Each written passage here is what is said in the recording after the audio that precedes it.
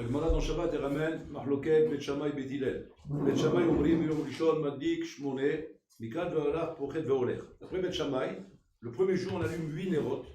Le deuxième jour, 7, 6, 5, 4, 3, 2, 1, 0. Ça, c'est Bet Shammai. Bet Hillel, il dit non, il faut allumer, aussi Ve'oler. Comme on fait aujourd'hui. 1, 2, 3, 4, 5, 6, 7. Okay, ça c'est le din de la Gemara. La Gemara, elle demande, c'est quoi la raison de la Mahloket? Pourquoi Bet Shammai dit comme ça et Bet Hillel dit comme ça? Bien sûr, dans chaque Mahloket, Bet Shammai et Bet Hillel, il y a un bat kol qui sort et qui dit Anacha que Bet Hillel. L'Anacha est comme Bet Hillel. Bien que les Mahloket, Bet Shammai et Bet Hillel, Anacha que Bet Hillel. Mais on sait très bien, le Gaon y ramène, que la Atil Lavo, quand le Mashiach viendra, on fera l'Anacha comme Bet Shammai. Okay? On sait que quand le Mashiach viendra, l'Anacha est comme Bet Shammai. Alors, on va dire que c'est très important quand même, étant donné qu'on sait que mettre l'Alacha sera comme Bet Shammai, de comprendre le fondement de cette marloquette qu'il y a entre Mossi, Ve'oler, Pochet, Ve'oler.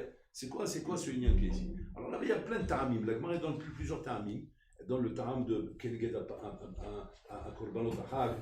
On a amené des Korbanot et peu à peu on diminue. Alors Bet Shammai dit, tu vois, c'est comme les Korbanot. On doit allumer la Chanouka, comme on faisait avec les Korbanot, que les Adlad ont diminué. Par contre, Bet Hillel disait non. C'est Ma'alim Bakodesh, le Moridim. On doit monter dans le Kodesh, on ne doit pas diminuer dans le Kodesh. Ça, c'est tous les marlokot qu'on a là-bas. Les Maasé. Les Balé Moussa, ils ramènent un yesod de cette marloquette concernant nous, surtout le Olam HaTorah. Quand on regarde le binyan rouchani d'un Ben Adam, ça c'est Rav Wolbe qui ramène ça dans son sefer, ouais, binyan betzmicha. Tout le binyan rouchani d'un Ben Adam est toujours travailler sur 2 points. Il y a 2 points qui sont les 2 points essentiels du binyan rouchani chez le Ben Adam. Ces 2 points s'appellent binyan vetzmicha. Binyan vetzmicha. Yeshta binyan chez l'Adam, vetzmicha chez l'Adam. Ouais. C'est quoi le binyan? Le binyan, c'est tout ce qui est en vérité la construction. Construction, c'est-à-dire le chomer, les choses que l'homme va apprendre, toute la culture qu'il va apprendre, tout le chomer qu'il va apprendre le bonhomme. Il va apprendre à être mérienne, il va apprendre des gemalot, il va faire de la bikiout, il va apprendre des halachot. Ça, c'est tout ce qui est le binyan. Le binyan, c'est tout le chomer, toute la matière, qui va servir à donner des connaissances à cet homme-là en chorma, qui va permettre d'être son binyan. C'est quoi le binyan de Ben Adam? C'est ses connaissances. C'est idiot chez l'eau. C'est un binyan chez l'eau. Prinat binyan. Maintenant, ces connaissances à l'homme ne font que le binyan. La tzmicha, c'est autre chose. La tzmicha, c'est que qu'est-ce qui va sortir de ce binyan? Qu'est-ce qui va sortir de tes connaissances? Ça, c'est la fameuse sheila qu'il y a eu lorsque Rav Schlesinger, ça, il était venu le Chazonish. Le Chazonish, il a dit qu'il faut dans la mati Torah. J'ai appris beaucoup de Torah. Alors, le Chazonish, il dit comme ça. La matar betorah, avama Torah nimdaotra. En fait, c'est ça les 2 pannes.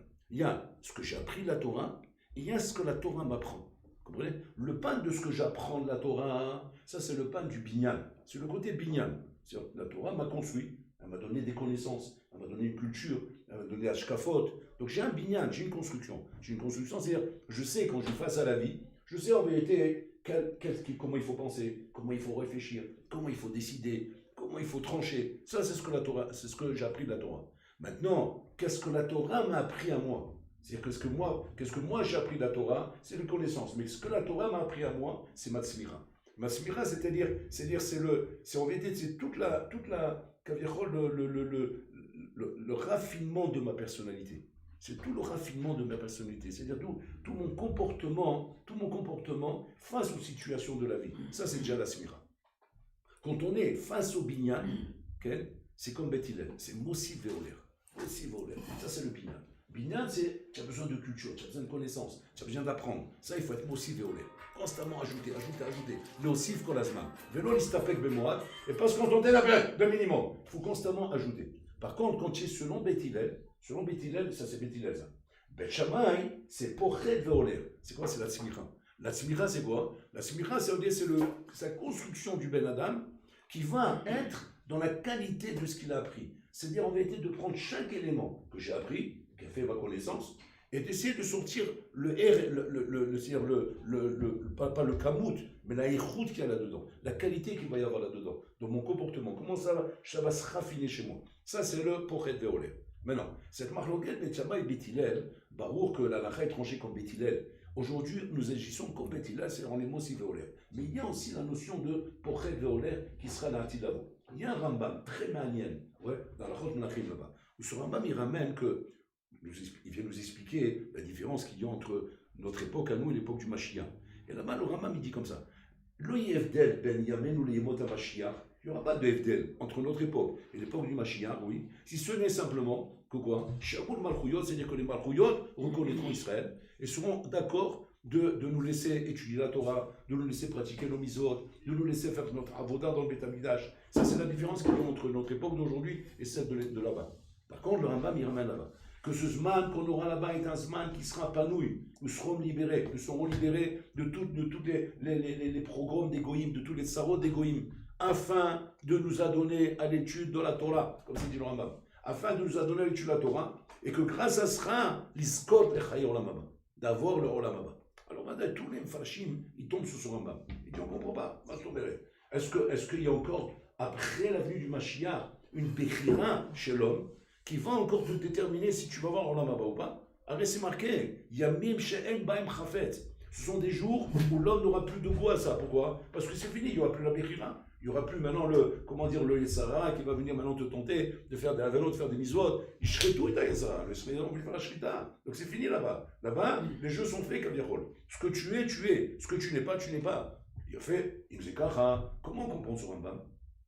En fait, ce Rambam Rabotan le Miyachev Voto selon cette marloquée de Beth Shammai Beth Hillel.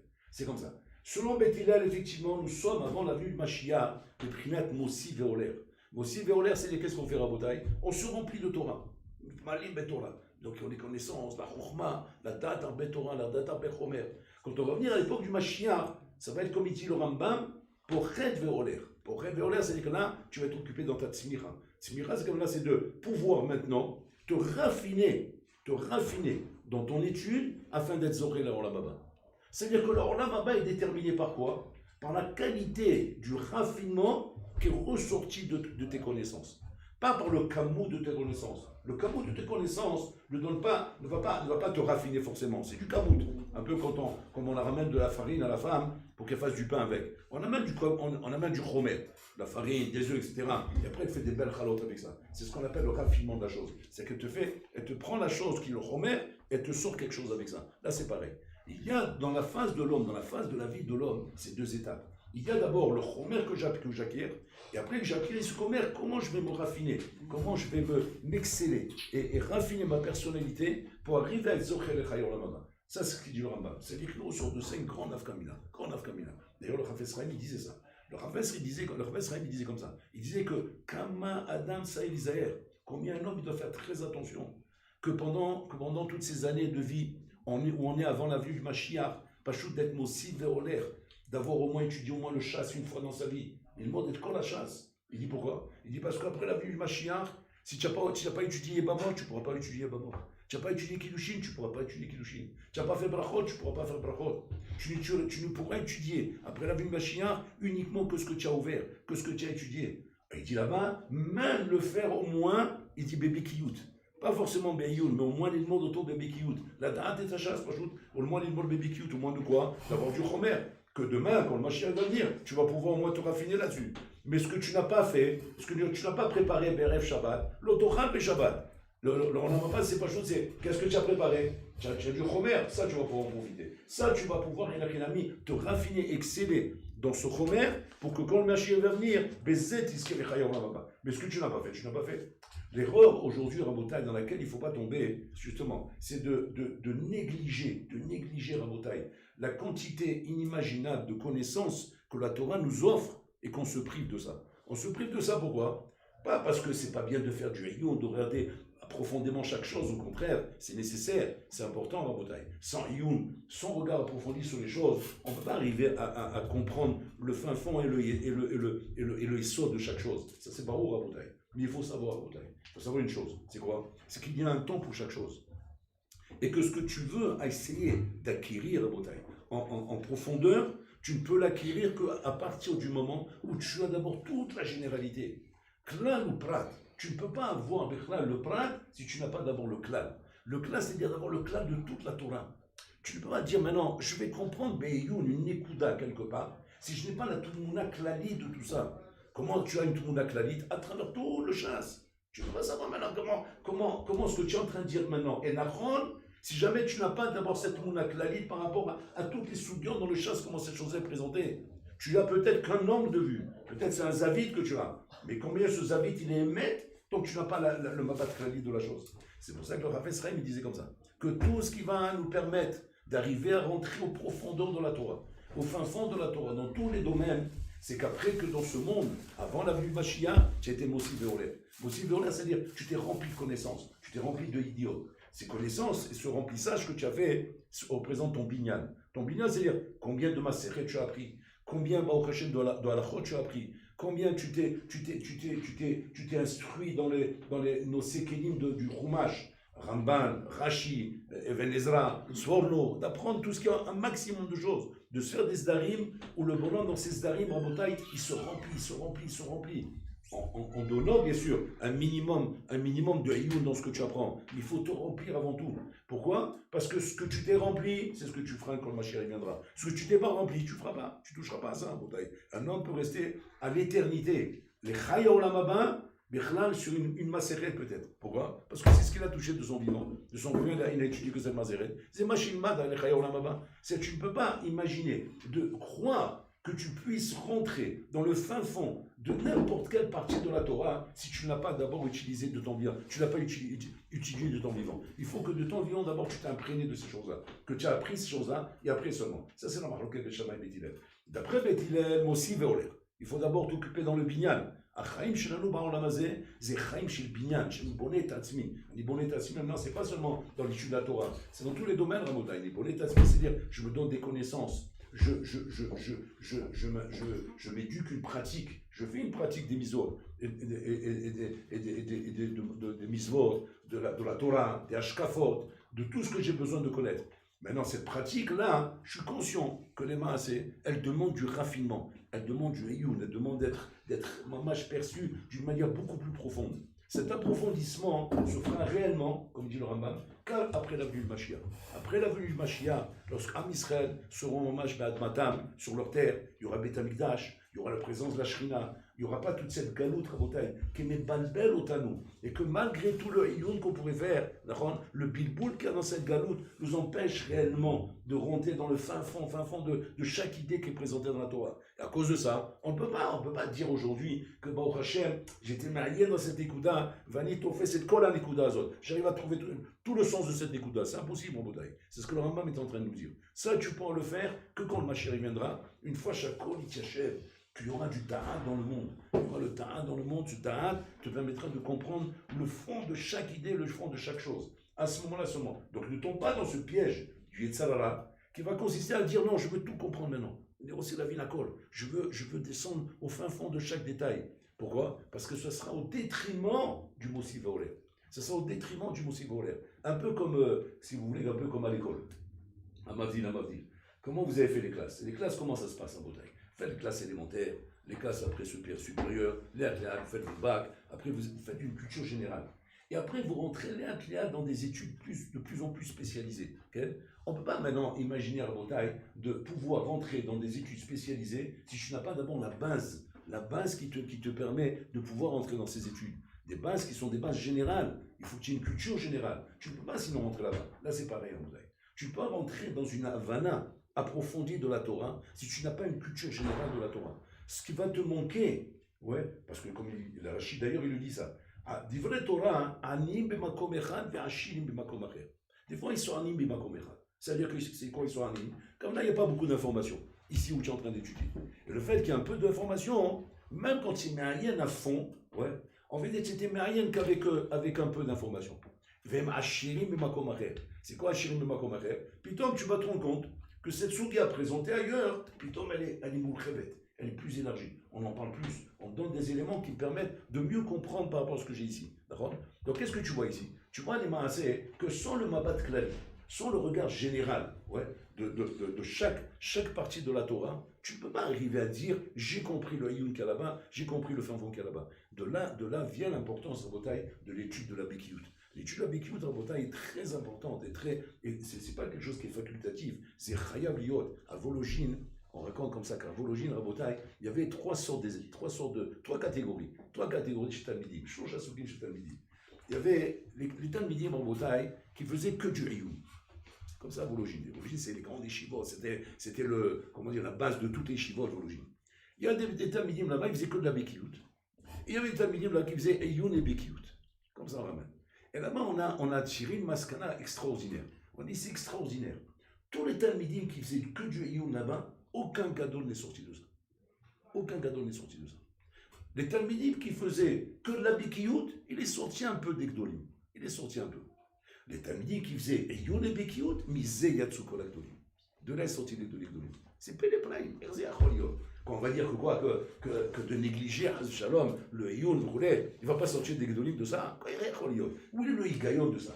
Où est le Higayon que quand un homme il a fait que du Ayoun, il a bien approfondi dans les Sugyot? Comment se fait qu'ils n'ont pas un Gadol de ça? C'est pas chaud, Rabotai. Le malach, il est comme le Rambam est en train de dire ici. C'est quoi? C'est que tu ne peux pas devenir un Gadol, oui. Tu peux être baki dans des Nikudot, dans des Sugyot. Oui, ça c'est vrai. On dit Jean Béhut, tu peux être baki. Avant, on ne parle pas de ça, on ne parle pas d'être baki dans une Suga. On parle ici d'être baki dans toute la Torah Kula. Être baki dans toute la Torah Kula, Rabotai, ça demande d'avoir un iyun al kol la Torah. Est-ce que tu es certain que ce que tu es en train de dire dans Rashi ici, oui, tu vas pouvoir le dire dans le Rashi qui est en train de parler de la même chose dans une autre Maseret? Tu dis, mais je ne connais pas ce Rashi. Alors comment tu peux être sûr de ce que tu dis ici? C'est émet tant que tu n'as pas vu le Rashi là-bas?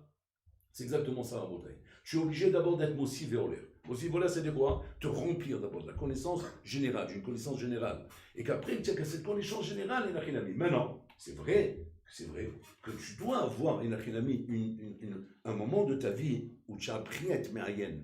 Et pour apprendre à être Me'ayen, tu es obligé de t'adonner à ce Iyun. Et ça, c'est un moment donné de ta vie. C'est les 5 années où tu dois, te mettre à fond dans ton Iyun, qui est l'iknot, est un Iyun, la date, la Ayen. Mais attention, ça ne veut pas dire que Haz Shalom, l'étude n'est que du Iyun.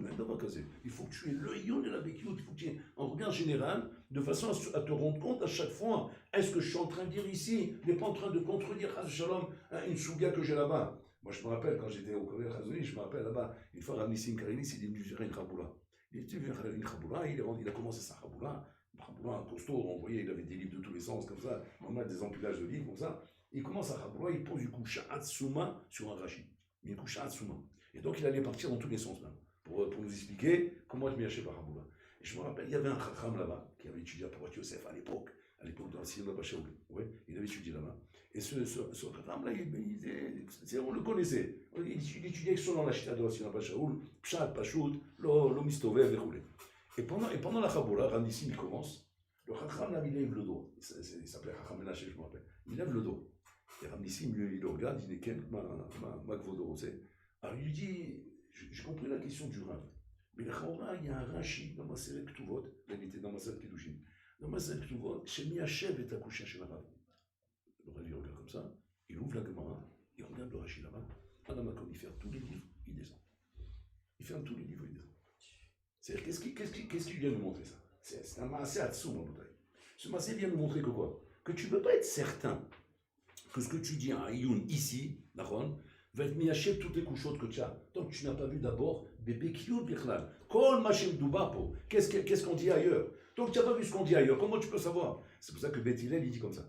Bador Azeh, on est Mossi Veoler. Mossi Veoler dans tous les troumim, dans tous les domaines. Tu es obligé d'abord de te remplir. Tu es obligé de manger. Il faut te remplir le ventre. Remplir le ventre. Les malot tabeten bebassar. Le bassar, c'est quoi? C'est gmarot, limod, gmarot. C'est-à-dire finir des gmarot, finir des chasses. Pas perdre son temps à Rabotai. On se trouve des fois les shivas à Rabotai. On se contente uniquement, des maquettes uniquement sur nos petites soubias et on ne bouge pas de nos soubias. Et on perd combien de temps on perd? Combien de temps on perd à discuter à droite, à gauche, à se balader, à parler avec un tel, avec un tel. Si un homme savait à Rabotai combien le Zman à l'Ishiva est un ta'anoug lorsque le Zman est exploité convenablement, où tu n'as pas le temps de respirer, tu n'as pas le temps de souffler, tu n'as pas le temps de penser à autre chose, Bichlal. Qu'est-ce qui fait qu'à la Shiva, à Rabotai, le temps devient une torture? Il devient une torture parce qu'il n'y a pas une plus grande torture à Rabotai que d'avoir du temps et pas savoir quoi en faire. Ça, c'est la plus grande des tortures du monde. Et ça, où est-ce qu'on rencontre ça? À la Shiva. La Shiva est le terrain où on a le temps, mais on ne sait pas quoi en faire. C'est la plus grande des tortures à Rabotai. C'est comme une prison. Un prisonnier, il a du temps, il ne sait pas quoi en faire. C'est exactement la même chose. C'est le même enfer. La yeshiva, ça peut devenir un paradis. Tu dis, comment on fait pour rendre une prison un paradis à Bodaï? Comment on fait pour rendre une yeshiva un paradis? Pas shoot. Tiens du temps, serre-toi-en à fond. Ne perds pas une seconde. Et quand le bonhomme, il va se rendre compte, effectivement, qu'il arrive à exploiter tout son temps, tout le temps, sans perdre une seconde à Bodaï. Il va voir comment, en vérité, il a des masertot en Iyun, des masertot en Bikiyun, ses Sugiot, et des Chazarot, et des Inyanim. Il n'a pas une seconde à perdre. Il n'a même pas le temps de respirer, Bechal. Ce bonhomme, à Bodaï, il va voir le temps passer, mais à une vitesse lumière, une vitesse éclair. Le temps va passer comme c'est pas permis en Bodaï. Et là, il va voir combien la yeshiva est devenu un Gan Eden pour lui, un Ta'anoug. Il a du chomer, il apprend, il mange, il fait des sugotes, il fait des sikounim, il a des classeurs, il marque des notes, il en avant comme ça. Moi je voyais à Botaï comment les matimidim, les bons barourim qui travaillaient à Botaï, comment ils ne perdaient pas leur temps. Et quand on se demandait, mais comment, ils kiffent ces gens-là, qui kiffaient. On voyait à Botaï que les pauvres types, c'était les barourim à Botaï qui cherchaient à la yeshiva de quoi s'occuper. Tellement qu'ils s'ennuyaient. Parce que l'étude ne les occupait pas, malheureusement. Alors, ce qui les occupait, c'est quoi? C'est des discussions à droite, à gauche, etc. Sortir faire un peu de sport, sortir se promener, acheter des cigarettes, aller là-bas, acheter des bambins, ou bien aller acheter une glace, aller acheter comme ça, passer un coup de fil à ma grand-mère, ou ma grand-tante, ou mon cousin, ou Miani. Pas jouer, brûler le temps, parce qu'on ne sait pas quoi faire avec le temps. Et on voyait là-bas les matimidim. Les matimidim, c'est ceux qu'on avait l'impression de dire les pauvres, ils sortent jamais, ils profitent jamais, ils sont pas d'ici, ils font rien du tout. Rouler. Ah Bibi, ces matimidim là qui sortent pas, c'est eux qui kiffaient leur séjour à l'Eshiva. C'était un Gan Eden. Pourquoi? Parce que le temps, ils ne le voyaient pas, il était occupé, il s'était pris, il se remplissait. Où est-ce qu'on prenait la tarte à Botaï? La tarte, on se la prenait à Botaï une fois qu'on terminait un cursus de plusieurs années de Yeshiva. Où tu voyais un bonhomme qui sortait de la Yeshiva à Botaï, malé vegadouche, pas Torah, plein de Torah à Botaï. Sa tête, elle était pleine de Torah. Il a cumulé, grâce à Dieu, en 1 an, 2 ans, 3 ans qu'il était à la Yeshiva, mais des connaissances inimaginables. Il connaissait les Sugiot, il faisait des Hazarot, il avait des Marim Mekomot, ils avaient des classeurs, il marquait tout à Botaï. Et le bonhomme, qui a fait son cursus genre fonctionnaire, il ne pas trop vite le matin, doucement le soir, sympathique comme ça, vitesse de croisière, sans se prendre trop la tête, petite sortie, petit sport, petit truc, petite discussion, le soir, le matin, l'après-midi, il roulait, comme ça, aller à théâtre, hyper light, hyper léger. Ce bonhomme, il sortait de la yeshiva, ils ont fait le même cursus, le même nombre d'années à Botaï. Il sort de là-bas à Botaï, un bourricot, il a perdu son temps, 3 ans, il a brûlé de sa vie, Habibi.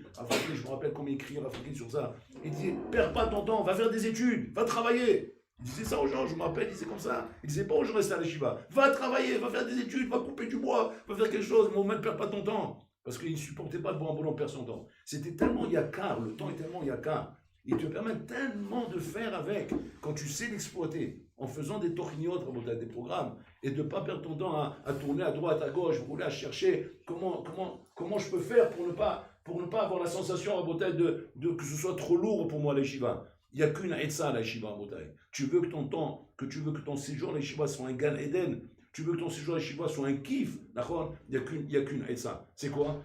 Passe ton temps à te remplir. C'est une matana qu'Hachem te fait.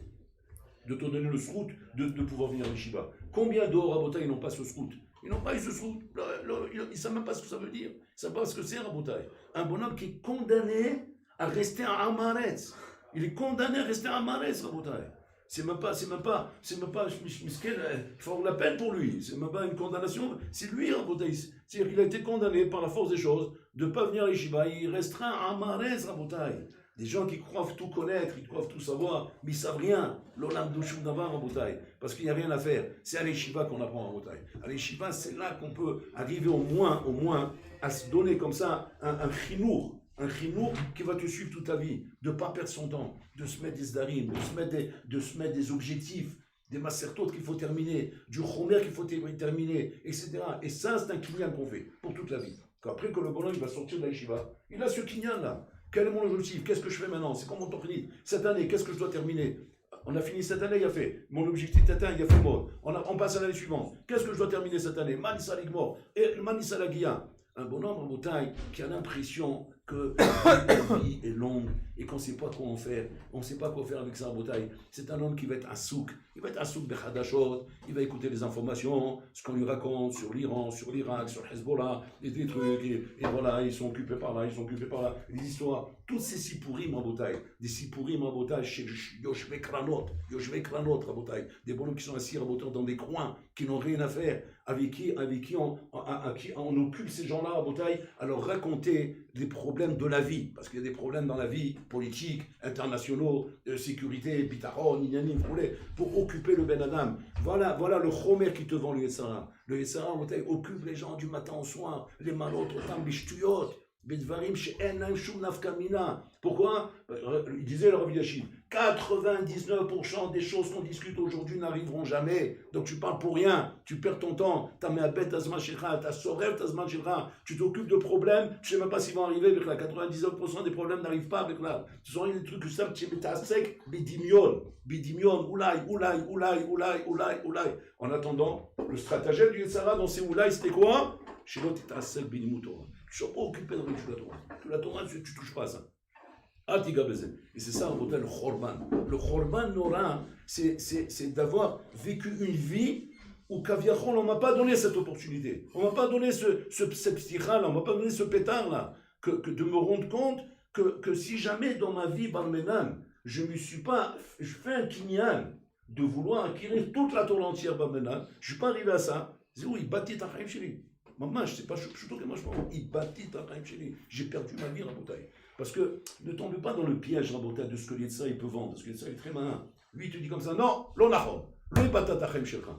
Pourquoi? Il n'y a pas que ça dans la vie. Dans la vie, il y a le chesed, les misot, la charité. Tu peux donner de la tzedaka, tu peux faire du bien autour de toi. D'abord, tu peux être un homme gentil qui va être gentil avec son entourage, qui va s'occuper de sa famille, il va s'occuper de ses amis, il va occuper de tout ça. Il y a tellement de choses à faire dans la vie, qui montrent quand même, sauf que tu es un quelqu'un de qualité, du bluff, Rabotai, tout ça c'est du bluff.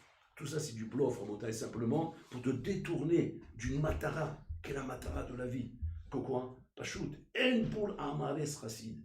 Un boul amares ne peut pas devenir un chassid, oublie. Oublie tous les chemins et les raccourcis que le Tzara veut te vendre. Il veut te vendre des raccourcis. Il veut te dire, ma pitom, en étudiant beaucoup de moussa, en étudiant beaucoup de ça, ou en faisant beaucoup de ça, etc., tu vas devenir quelqu'un de bien, parce que de toute façon, ce qui compte avant tout, c'est ça et ça et ça, mais sans ça, tu seras dans le casé. Ou pachout, ou michaté becha. Il se moque de toi. Tu ne peux pas arriver à quoi que ce soit dans la vie si tu t'es pas rempli de Torah. Toutes les bonnes choses que tu pourrais faire dans la vie, que ce soit dans le Hesed, que ce soit dans les misvot, que ce soit dans les mitot, dans n'importe quel domaine, Rabotai, ça ne commence qu'à partir du moment où tu t'es rempli de Torah. Après qu'il y a un milouï de Torah, qu'il y a un binyan, alors là il peut y avoir une smicha. Mais ne va pas être mitasek betsmicha. Betsmicha, c'est-à-dire là, en fait, là, tout le côté qualité de la personne, qui en vérité les mitot, comment dire, la tzilout, le moussard, les valeurs, ne touche pas à ça. Tant que tu t'es pas rempli de Torah. Parce que qu'est-ce que tu es en train de faire en fait? Tu es en train d'être mitasek betsmicha avant de t'occuper des binyan. C'est tu vas être un bonhomme en bataille qui va être en vérité un terrain d'herbe. Il va pousser de la végétation chez toi. Mais il n'y a pas eu de binyan, il n'y a aucun binyan qui a poussé. Tu n'as pensé aucun binyan ici. Il faut d'abord le binyan et après la smicha. Sinon, il n'y a rien. Sinon, il n'y a rien du tout. Tu ressembles à un bonhomme qui n'arrête pas de travailler le terrain, mais il n'y a pas moyen qu'il plante quelque chose. Il plante rien, alors rien n'a poussé. Mais tu as travaillé le terrain, mais rien n'a poussé. Il faut d'abord planter d'abord. De façon à ce que ça commence à pousser, qu'il y ait quelque chose, qu'il y ait une pousse. Et toujours ça, tu vas pouvoir travailler. C'est ce que Beth Hillel nous apprend ici. Mossi veoler. D'abord, tu es sec. Sois assou d'abord de ton remplissage en Torah. Pourquoi? Pour fuir cette maladie, qui est la maladie la plus dangereuse du Dor, Rabotai. Comment elle s'appelle cette maladie? La Hameh Aretzut. La Hameh Aretzut, Rabotai. C'est la maladie la plus dangereuse du Dor. Le Gaon de Vilna, il raconte qu'au Talmud Torah Vilna, quand les enfants se disputaient, ça arrive, tu vois, même à cette époque, ils disputaient les enfants. C'est pareil qu'à notre époque. À toutes les époques, les enfants, ils sont disputés. Il dit, mais c'était spécial là-bas. Quand un enfant, il se disputait avec un autre là-bas, et qu'il voulait maintenant, kaviachol, entre guillemets, insulter l'autre, et nous, vous êtes dans des écoles juives roulées, vous entendez des insultes gauche, chimiquement, ça fait trembler les oreilles. À l'époque, aussi, ils s'insultaient. Quelle était l'insulte qu'ils disaient l'un à l'autre? Amaretz. Nous ravaillons. Regardez comment ils s'insultaient. Un enfant pouvait tomber dans la déprime quand on lui avait dit un malaise. Quand on lui avait dit un malaise, il pouvait tomber dans la déprime. Aujourd'hui, qui ça dérange d'être un malaise? Qui ça dérange? Ça dérange. Du moment où j'ai de l'argent, j'ai fait des belles affaires, j'ai un bon sec, bon prochain, j'ai un patrimoine, j'ai des bâtiments, j'ai de l'immobilier, j'ai des choses. Un homme tombe dans le piège que l'Israël lui a tendu de croire qu'il y a les essais. Un homme, il croit qu'il est arrivé à quelque chose.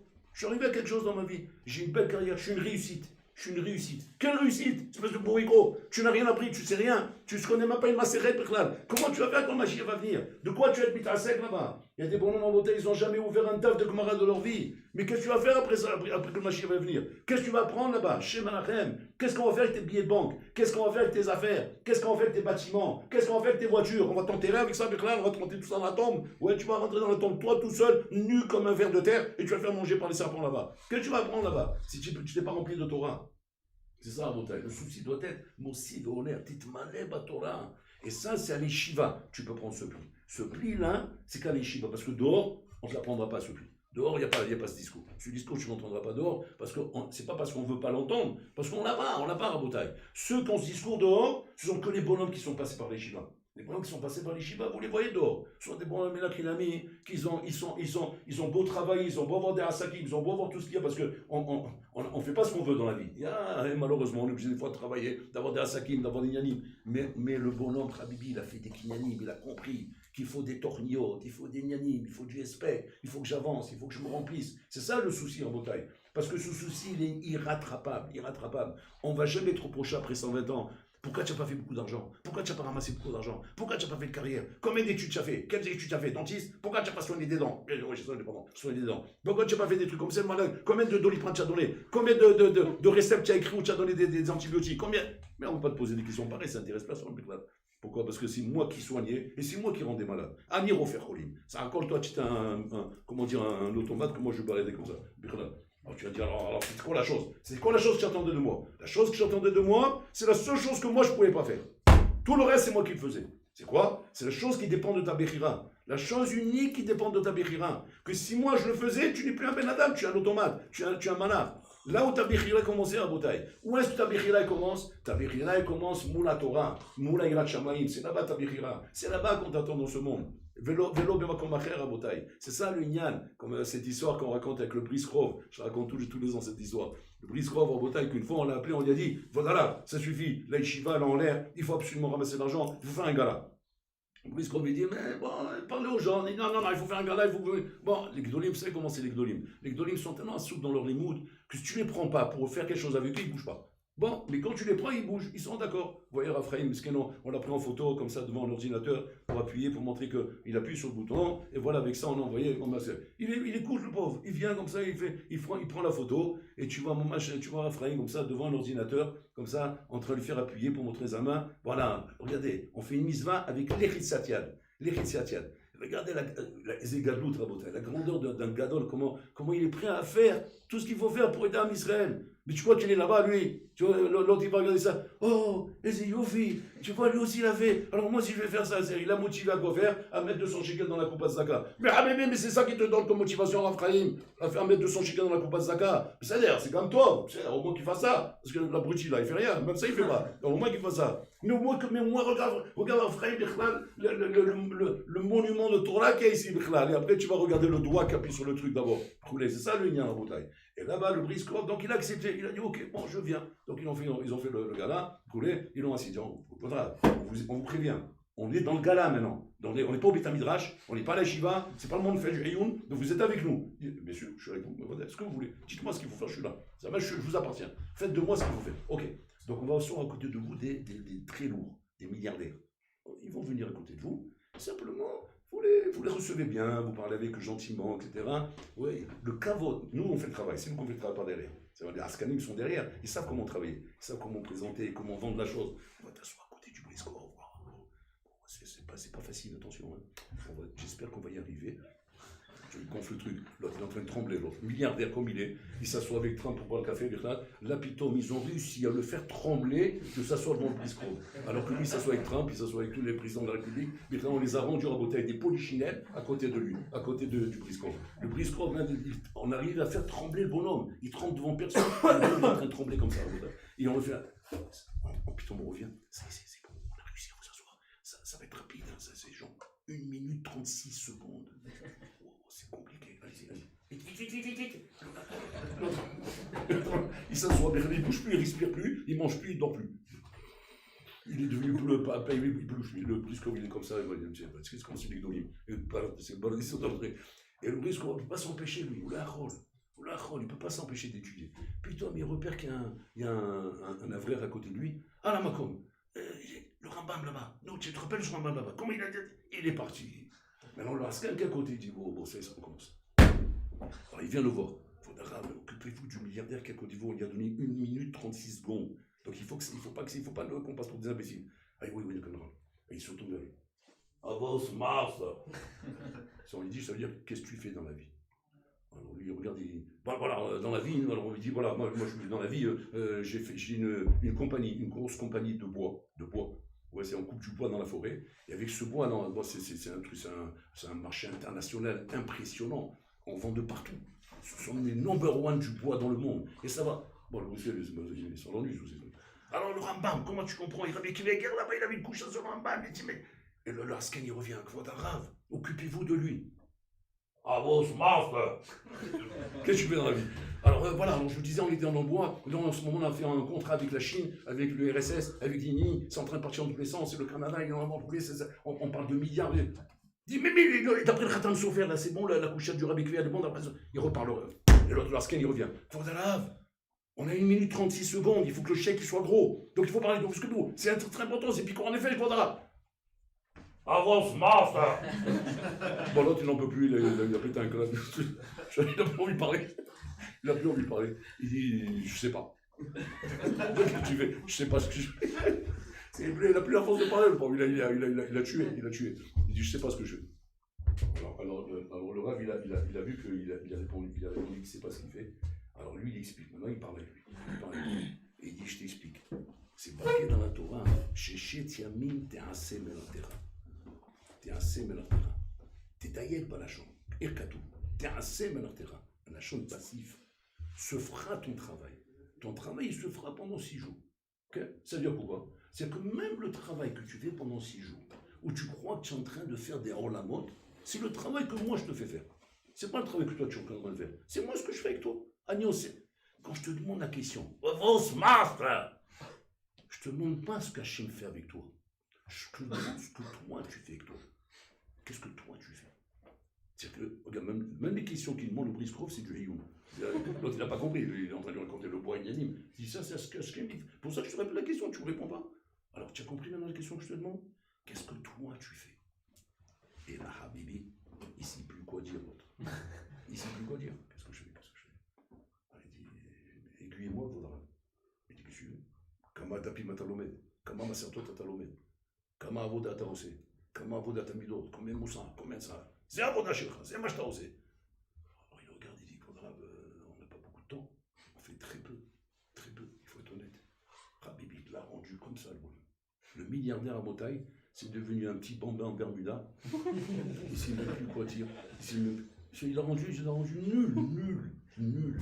Pas dans le but de le rendre nul, Shalom. C'était pas son intention. C'est dans le but de le réveiller. Parce que même un gadol, Rabotai, quand il s'assoit avec un bonhomme, il n'est pas assoupli dans son chèque ou dans son argent, etc. Il est assoupli dans sa neshama. Maintenant, eux, ils font ce qu'ils veulent, Askanim à côté. Mais moi, je suis assoupli dans la neshama du bonhomme. Et le bonhomme, il a fait comprendre. Si tu n'as rien fait pour toi dans ta vie, tu n'as rien fait dans ce monde. Alors là, il n'en a rien à faire du bois que tu vends. Il n'a rien à faire des machines à laver que tu vends. Il n'a rien à faire des bâtiments que tu as achetés, ou des concessions que tu as dans le monde, ou des affaires, et des business, et des malades que tu as soignés, ou des médecins sans frontières, ou des sipourim de Saftot. Ouais, il n'a rien à faire de ça. Pourquoi? Parce que ça, c'est lui qui le fait. Il le fait par toi, tu es un pantin pour ça. Bon, alors là, Menaël est à Olam Shelo. Menaël est à Olam Shelo. C'est lui qui dirige la bataille. Les hommes sont que des pantins. Les chefs d'État sont des pantins que Olam fait bouger. Il n'y a qu'une chose que l'homme il fait dans ce monde, c'est quoi? Maosé ma Torah Shelo. Torah Shelo. C'est ça ce que tu fais dans ce monde. Donc Hachem, il va venir après 120 ans, il va te poser une question claire qui te concerne à toi. Pas celle que moi j'ai avec toi, ça je n'ai pas besoin de t'expliquer. Ça, tu comprendras tout seul. Moi, la question, elle est claire. Qu'est-ce que tu as fait, toi, avec toi-même? C'est Hachéla en bataille. Donc, si un Baruch est passé à l'Eshiva en bataille, et que son souci à l'Eshiva n'a été que le souci de ce qu'Hachem fait avec lui en croyant que c'est lui qui va faire ça. Il n'a rien compris, ce Baruch en bataille. Il n'a rien compris. Parce que là, qu'est-ce qui va se passer? Tu vas te servir de ton cerveau pour pousser un baril qui est déjà poussé par un camion en bataille. Et tu vas faire des études pour ça. Et tu vas faire des diplômes pour ça. Pourquoi faire? Pour pousser un baril qui est déjà poussé avec un truc. Et tout avec toi. Qu'est-ce que tu as fait toi-même? Combien de temps tu as sauvé? Combien de temps tu as sauvé? Combien d'heures tu as sauvé? Combien de limoux tu as sauvé? Combien de soucis tu t'es mis dans ta tête pour ajouter encore une mise à Mossi vers l'air, que d'année en année, tu dois faire un bilan sur toi-même, de savoir que cette année elle était profitable ou pas. Comme tu fais un bilan de ton business, pour savoir si le business il tourne bien, tu fais des bilans. Fais un bilan dans ta Torah. Est-ce que ton bilan il est positif? Est-ce que j'avance? Est-ce que j'avance ou je recule? Ou je stagne? Parce que ça c'est reculer aussi. Est-ce que j'avance ou pas? Est-ce que mon Isaac il est pour rien ou pas? Mon Isaac il avance ou pas? Quand tu te soucies dans le rôle, Kalva Chomer Abotai, parce que là on parle de l'éternité. Le rôle c'est quoi? C'est 70 ans. Avec la retraite, Rabbi, tu n'as même pas ça. On avait qu'une fois, on s'est amusé à calculer. Un homme il vit 20 ans, pas plus. 20 ans effectifs en bataille. 20 ans où tu te prends la tête comme si c'était 20 millions d'années. L'éternité, tu ne te prends pas la tête, Bichlal. Comme une fois, à quelqu'un est venu au Rav Esraïm, il a dit, Vaudarav, comment on vit? Comment on vit dans ce monde? Il dit que c'est ça ta question? Il dit, il dit, c'est quoi la Sheila Vaudarav? Comment on meurt? Il ne comprend pas. Comment on meurt? Une fois qu'on est mort, on ne réfléchit plus. C'est pas ça. Moi, ça ne m'intéresse pas comment on meurt. Ça, c'est la dernière de mes questions. Ma question, c'est comment on vit. Tous les jours, on est là, on vit, il faut se lever, on faut faire quelque chose, il faut se soucier. Il dit, Rabbi, tu as compris. Et c'est le faux chat le plus puissant du monde, celui-là. Le faux chat le plus puissant du monde. Même tous les autres faux chats que vous pouvez connaître dans votre vie, ils n'ont pas battu ce faux chat. C'est quoi? Ils se sont tous fait berner. Par lui, etc. C'est quoi? Qu'ils sont dans la Sheila, comment on vit. Alors que c'est un faux chat. Parce que comment on vit? Le programme, il est fait déjà. Bon, même il a tracé le programme. Il a prévu déjà avec qui tu vas te marier, combien d'enfants tu auras, où tu vas aller, qu'est-ce que tu vas faire, l'émission que tu vas avoir, les problèmes que tu vas avoir. Tout est prévu, tout est écrit déjà. La seule chose qui n'est pas écrite, c'est quoi? C'est combien de Torah tu auras. C'est-à-dire qu'en fait, ta question, pour arriver à ça, c'est quoi? Comment on meurt? C'est-à-dire comment on meurt, comment on part de ce monde? Dans quelles conditions on part de ce monde? Si le bonhomme se posait cette question tous les jours, je vous assure à Botaï qu'il saurait trouver des réponses. Seulement, malheureusement, ce n'est pas les questions qu'on se pose. On se pose des questions, comment on vit, comment on va faire ça, et comment on va mettre l'argent de côté, et comment on va ramasser ça, et comment on va acheter la villa. On se donne à Botaï des objectifs qui sont sur des choses qui vont rester là, et des choses que c'est pour l'Olam lui-même qui te donne. Bichlal, faut chat les gabrés. Aussi, Il faut